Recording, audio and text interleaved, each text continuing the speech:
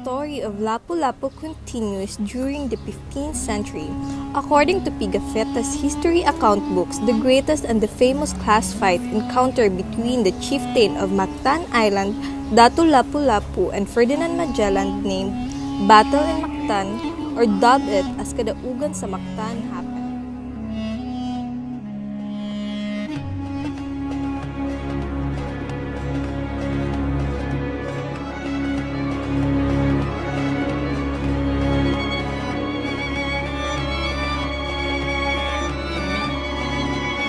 It all started when Ferdinand Magellan's commanded Galilean ship's voyage on sea expedition from Spain arrived in Cebu.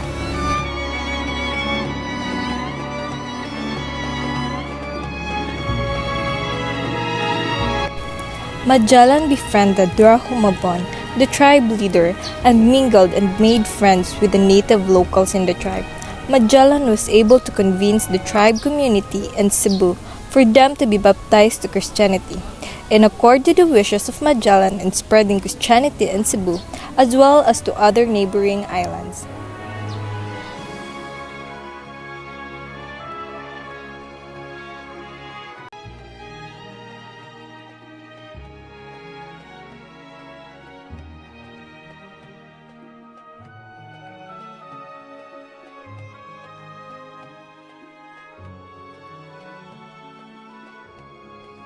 Magellan, with that intent, tasked Rahumabon to convince the two datus who ruled and led Mactan Island to be baptized to Christianity and pay the alliance to the King of Spain.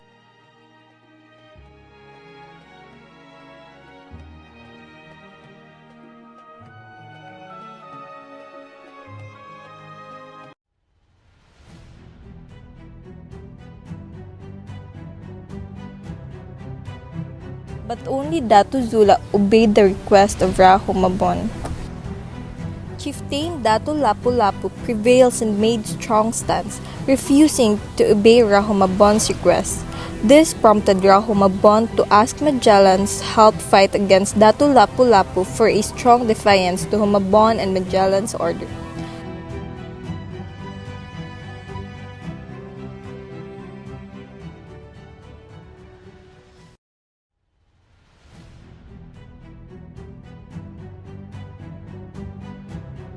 So when Magellan received a confirmation regarding Datu Lapu-Lapu's refusal to be baptized to Christianity and defiance to pay homage to the King of Spain,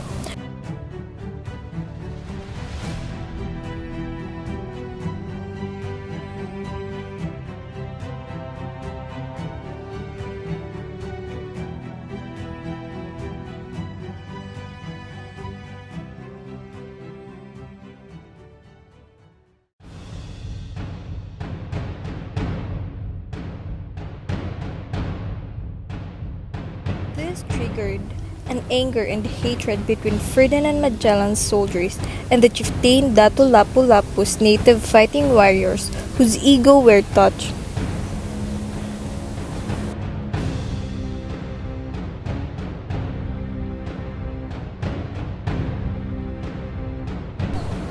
And that sparks the start of the famous battle named Battle in Mactan.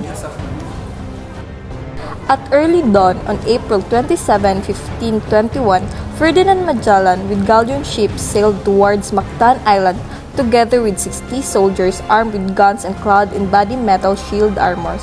Since it was low tide, the galleon ships couldn't go near to the shore. Almost 60 of Magellan's soldiers started sailing together on the smaller boats towards the shore, carrying with them their European weapons. While on the other side, Chieftain Datu Lapu-Lapu stands to lead with almost 1,500 native fighting warriors preparing their bamboo spears, bolos, kampilan, and poisonous arrows for the incoming attack.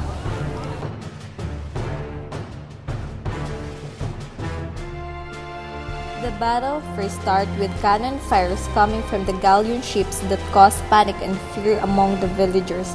But since it was low tide, the cannon's fire could not reach the village houses near the shore.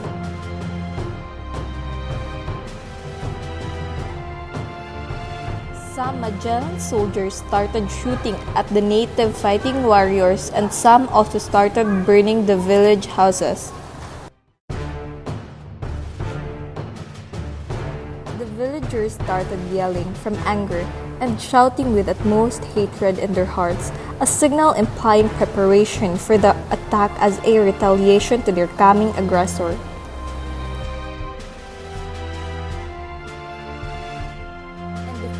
Bloody battle erupted between Ferdinand Magellan's soldiers and Datu Lapu-Lapu's native fighting warriors.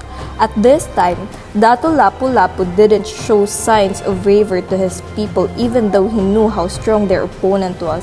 But instead, Datu Lapu-Lapu, with no fear and reservation at all, showed his utmost bravery and fighting skills technique as seen and attested to all of his men. Datu Lapu-Lapu prevails to stand still, victorious and strong in defending and protecting his people over Ferdinand Magellan's aggression. Datu Lapu-Lapu, for the love of his tribal community, could not accept and allow his people to be conquered by colonists. At first, Magellan thought that he would achieve victory in the battle with the use of European weapons, but they never expected that they were outsmarted during the battle.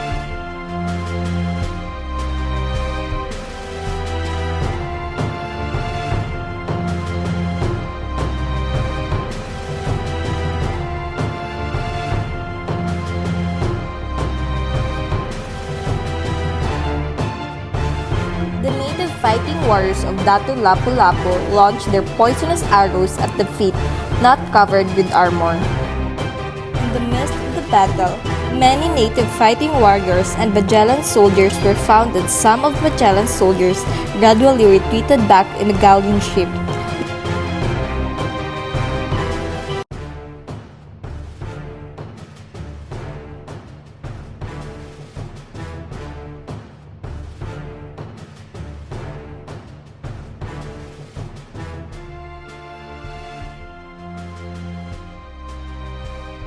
Magellan was left with 6 soldiers who were trying to protect him but eventually failed to do so.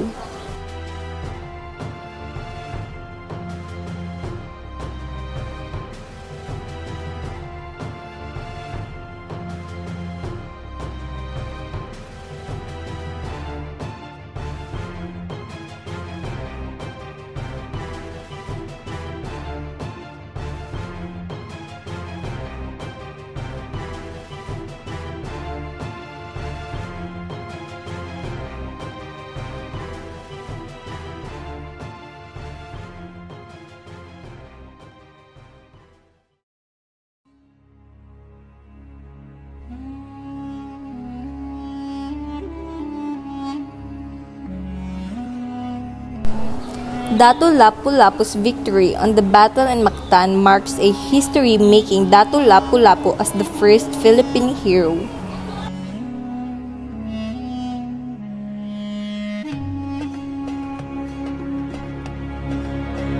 As for the body of Magellan, the locals decided not to give it to the Spaniard soldier, but instead they keep it as a memorial. For Lapu-Lapu, his relationship between Rahumabon was gradually fixed, and according to the local legends, Lapu-Lapu turned into a stone and guarded the Mactan Sea.